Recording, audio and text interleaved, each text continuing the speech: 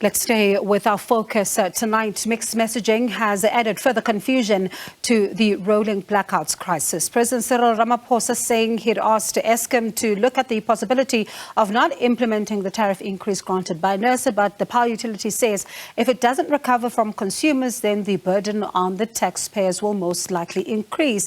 This is but one of the many instances. All those involved to try and resolve this crisis have not been speaking in one voice. Now, let's speak to Tshepo Matseba, a Reputation First Managing Director, and get a sense of how damaging this is, particularly for the public perception. Tshepo, thank you so much for your time this afternoon. There's been so much mixed messaging. Just how damaging has this been?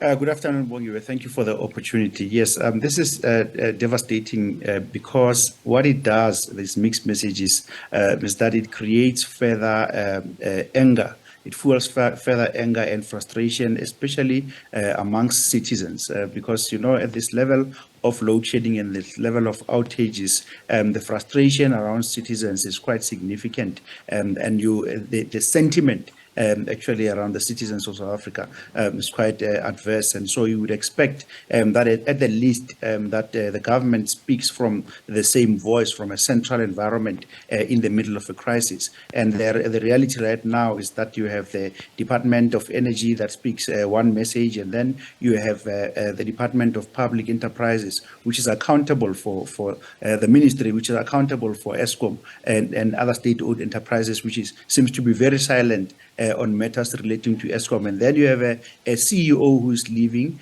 who says one thing, on the other hand, opposed to what the board or his board is saying. And so the lack of coordination, a coordinated message is really worrisome, both for businesses, but also for consumers, for users on a day-to-day basis. And, you know, just one example in recent days that I can cite of this lack of coordination. One thinks about the president, for example, speaking in the Free State to the ANC gathering there, saying that, you know, he's asked Eskom, saying that I've personally asked them to, you know, see if they can't halt this particular tariff increase because it will be an insult or an injury to the South Africans. Of course, that's with the board to consider. But just a few hours before that particular address by the president to the ANC Free State, we had the board of the ANC of Eskom, the chair coming out to say that the tariff increase will go a long way towards resolving some of the power utilities issues, including liquidity challenges. That should have been a signal of some sort, that for the president to say, okay, so they're not considering it at the same time, so I can't mention this to the public. Just that alone has caused a lot of people to say it doesn't look like they're in control here.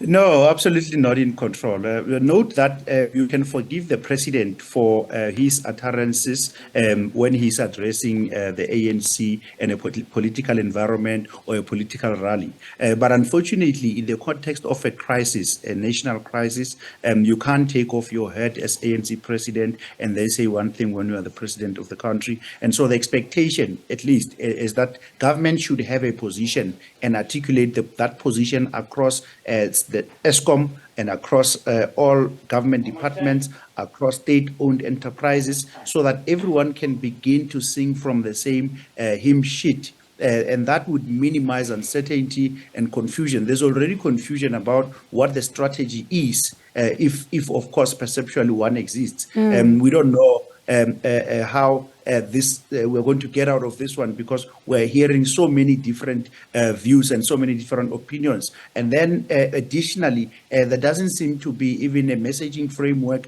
around, in the short term, what are the solutions that we need to embark on, with the exception of load shedding?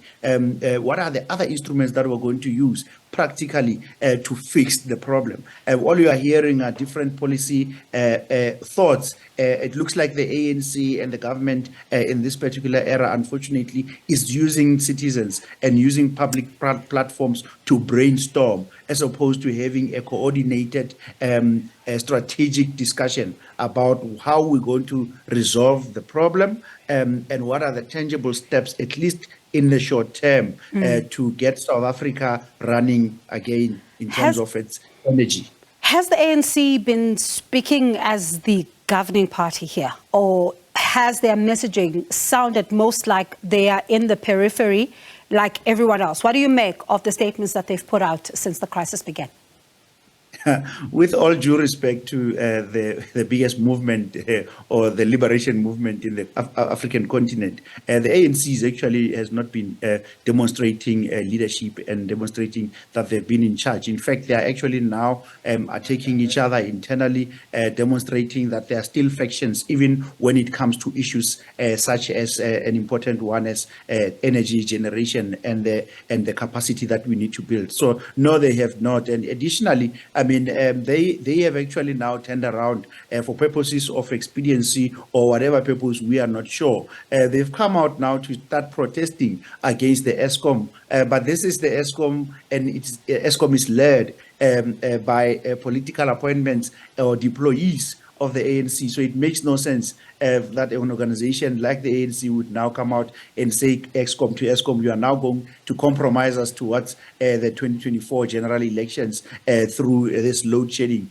Please fix it. Load shedding needs to be fixed, irrespective of whether we have elections next year. And so to use elections as an excuse and as a vehicle, load shedding as a vehicle to solve your own political problems is actually probably unsustainable. And it says that we do not demonstrate strategic leadership. We do not demonstrate the willingness to drive change and for the benefit of the masses of South Africa. Because we're not talking about load shedding, by the way. The people who suffer the most are not big businesses and the elite and people who can afford. People who are actually bleeding at the moment are small businesses and ordinary people who are living in townships, who are living in poor areas, poor communities. The spaza shops are the ones that are bleeding. And the ANC, unfortunately, in this context, has failed to lead from the front.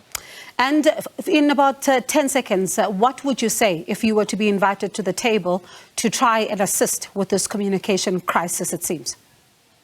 Well, let's tell the truth as a starting point about where we are and what we know, give the citizens facts without talking over them. And then additionally, as a Speedy Gonzalez, as fast as we possibly can, articulate the strategy in the short term and articulate the actions that are going to be taken in the next 24 months at least to make sure that at some point there's an indication of where we are going. Because at the moment, we are really driving blindly.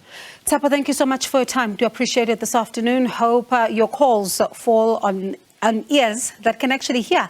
That is Tshepo Matseba, Reputation First Managing Director. Thank you so much. Do appreciate it.